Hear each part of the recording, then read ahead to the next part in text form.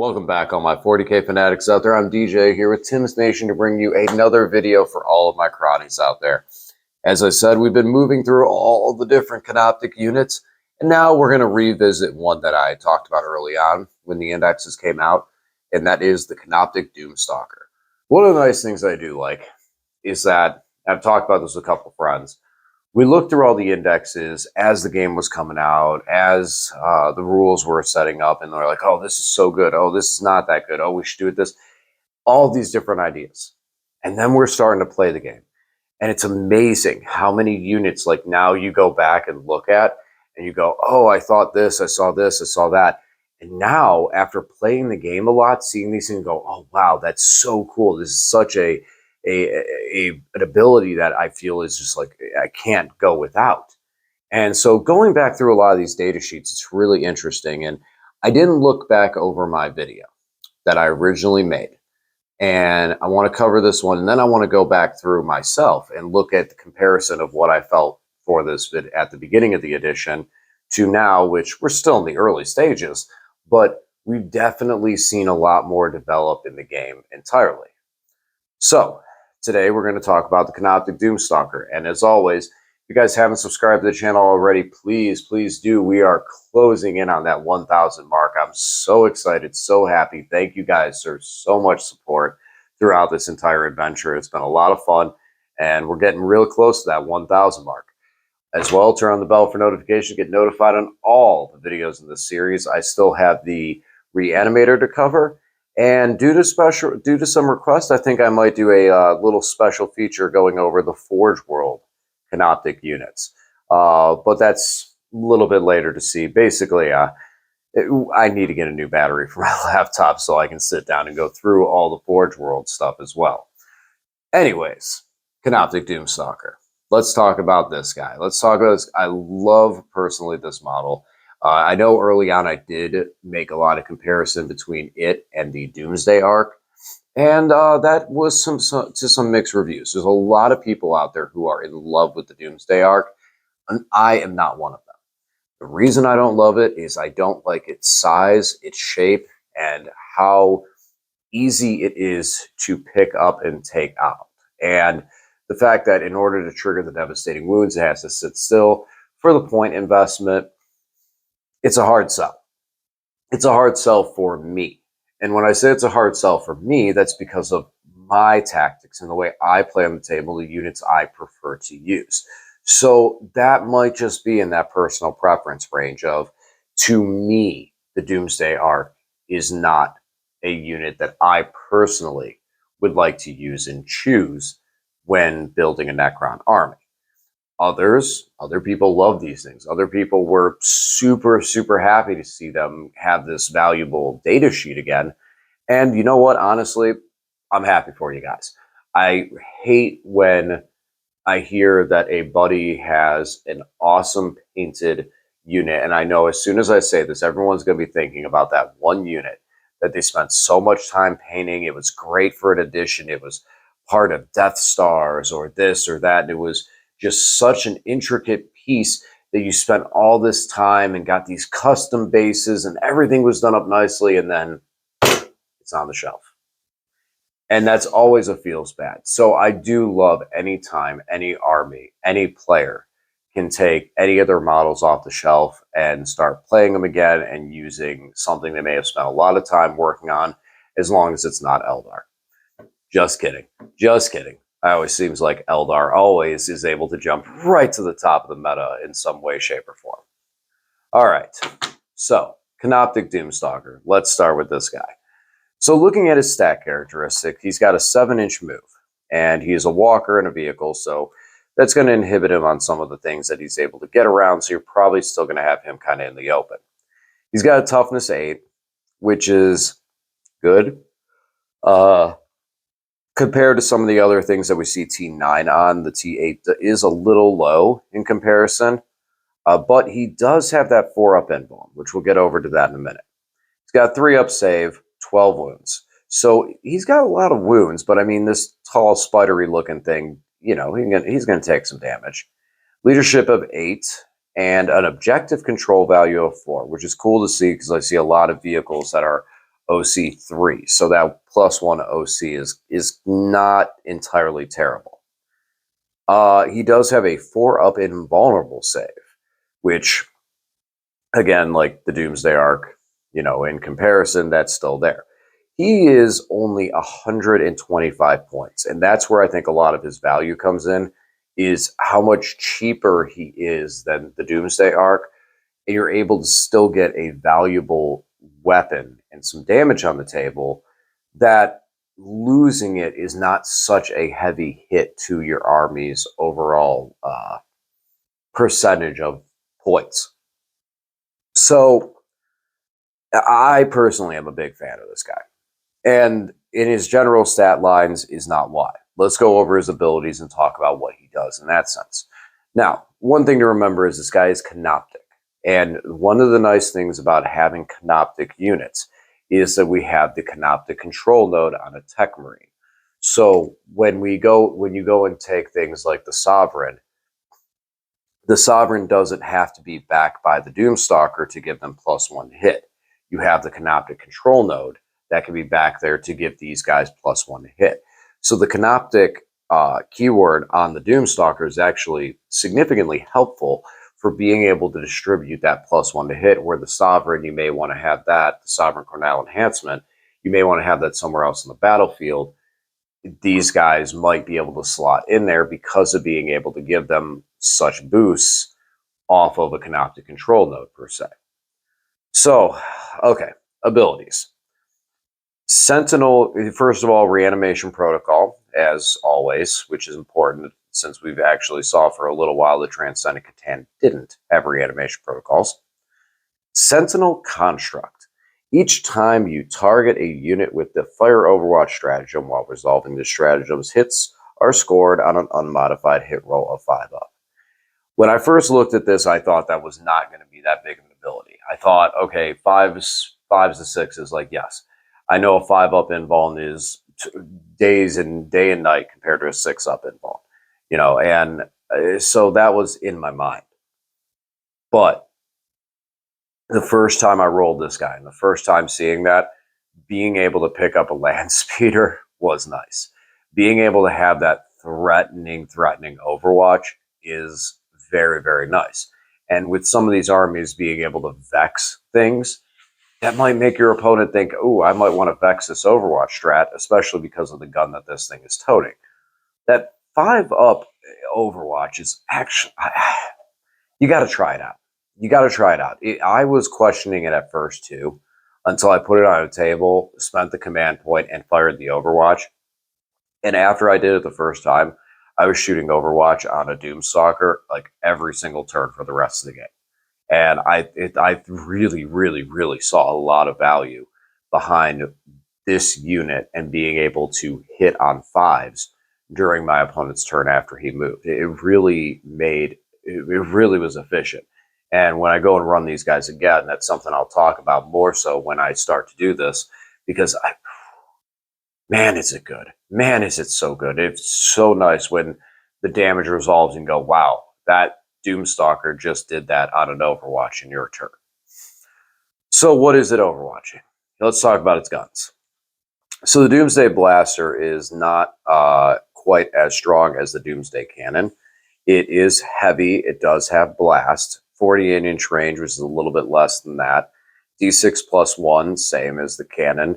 Ballistic skill 4, again, that is Canoptek. It usually has a lower to hit rate. Strength 14, AP 3, damage 3. So the strength 14. Now the Doomsday Cannon, I believe, was a strength 15. So I don't think that 1 point of strength super matters. Toughness 7 versus toughness 8. Yeah, I'm sorry, toughness 7. Realistically, versus, like, I guess you could say, because not even T8, because then you're already going there. So toughness 14. I mean, really, that 14 to 15 is very negligible. I don't see that being that many situations where a strength 15 is that much more valuable over a strength 14. The AP3 does matter. The AP4 on the Doomsday Cannon versus the AP3. cover and armor of contempt or true silver armor strats to be able to, one, get cover, and then two, reduce the AP by one, can drop this guy all the way down to being an AP 1 versus some targets. But with that being said, you're burning command points on your opponent, and try not to overwatch or shoot at the units in cover. I know that's a lofty goal right now because everything's in cover. Everywhere you shoot, everything's in cover. So that's kind of a lofty goal, which then puts us at an AP2. But not everybody has true silver armor or armor of contempt. And you can pick the targets a little safer with that.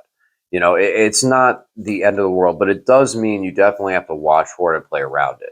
Where the Doomsday Cannon for the Doomsday arc, you can be a little more aggressive with that by shooting into units that may be in cover and have armor and contempt, and still at least hit the AP2 value, which is a good solid place to be at. So the AP3 just means that you really have to stop before you select a target and go, how defensive can my opponent be against this shot?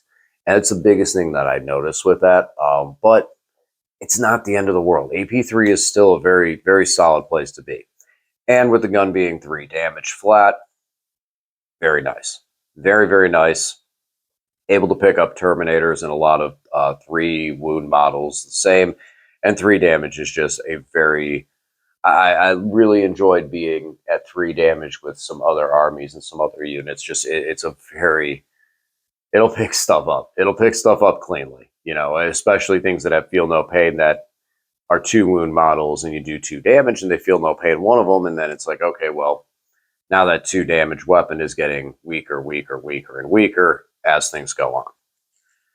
Oh, okay. In combat, not a lot to say from it here. 3 attacks, weapon skill 4, strength 6, AP 0, 1 damage, and that's just for its stomping. I would have really, honestly, and this is just me complaining about nothing, I really would have liked to see that at least have like reduce the attacks down to 2, but give it more strength than an AP. I mean, you look at the height of the Doomstalker, and it says Doomstalker limbs. So I'm assuming because it has the gauze, the twin link gauze flares, which, I didn't talk about that. I'll go jump back to them in a second. Twin link gauze flares on it, you have to assume it's lifting one of its legs and just stabbing into a Marine. So I would have liked to see this thing, give it something silly, give it devastating wound. So it's like if it really got that shot on a Marine, it's piercing right through the Marine's armor or something like that. I don't know, just thematically. But again, that's just me, and because I like the Doomstalker, I'd love to see it just have something cool where it's able to just stab through a Marine, and next thing you know, it's walking on the battlefield dangling a Marine from its foot all the way through. But once again, I jumped from this back to the guns. There is the twin gauze flare, which has lethal hits, rapid fire 1, twin linked, and you get one of these things on it. Yeah, 1 twin gauze flare onto this thing. So, it's 1 shot a piece, 2 if you're within rapid fire range, twin linked, so it's rerolling failed wounds. Honestly, it's just that extra little gun. It's just that extra little gun, and I mean, it's there. That's not what you're buying it for. You're buying the model for the giant cannon on top. You're buying it for the sentry construct to be able to have that constant Overwatch threat of 5s across the field. Now, a lot of people I know I've seen, it's like, okay, the Doomsday arc just has a better solid damage output. But it's the points. There's a lot of things that we're spending points on in Necrons, whether it's our characters, Lich Guard, Crypto Thralls, and a lot of this stuff starts getting expensive. So then when you go back through it and you start trying to cut the fat and see what you can keep, what you should have, what you don't have, I feel like the Doomstalker falls into a role where because it's cheaper, significantly cheaper, you can slot that into an army and still get a good damage output out of this thing and save the points that you may have needed to push over for other units, multiple Doomsday arcs, etc. Personally, I do think there is kind of a rough void between the two because there is a the Doomstalker is kind of in the middle between our heavy destroyers, the Locust Heavies, and the Doomsday Ark, where between those two, it's like, okay, well, if you're looking to save points and still want high damage, you can get really good efficiency out of that single shot Locust Heavy destroyers. You know, even two of them, you can still get a decent amount of damage out of them for direct damage onto a target. The Doomsday Ark, being more expensive, can get more firepower and the option of devastating wounds, which we've seen how strong dev wounds can be. I mean, that's Eldar. Love that forever. So it's kind of a tough point where it's like between those two, you have this unit right in the middle. And I feel like it's still in a good spot because you like, again, two Locusts, I believe like 100 points there. Canoptek, Doomstalker, 125. And then you have the Doomsday Ark, and I want to say 195. Sorry if I got that wrong, but significantly more still. And I feel like the Doomstalker puts out more shots than the heavy destroyers to be able to do damage to other targets. But if you have a good amount of anti-infantry, you have a good amount of high volume fire, that might compel you to go more into the Locust Heavies that have one specific role, and that's hit the big things. And they hit the big things very, very, very well. Anyone who's used them knows they do really, really can hit it hard. So it is kind of an awkward point where then it's like, okay, if you do need that damage and you want the volume with the damage, then it's like, okay, but the Doomsday Ark does 4, has devastating wounds, which can pass through. And when I say that pass through, I mean that the mortal wounds don't phase away when a model dies. Mortal wounds are on the squad, so those continue through. So it's kind of in that awkward spot. I still think that because of this being at 125 points, and also Doomsday Ark, the fly mechanic, it's irrelevant. You know, if you look at the length and the width of a Doomsday Ark, you're almost never going to fly that thing over a building. That thing is pretty much going to move around buildings most of its life.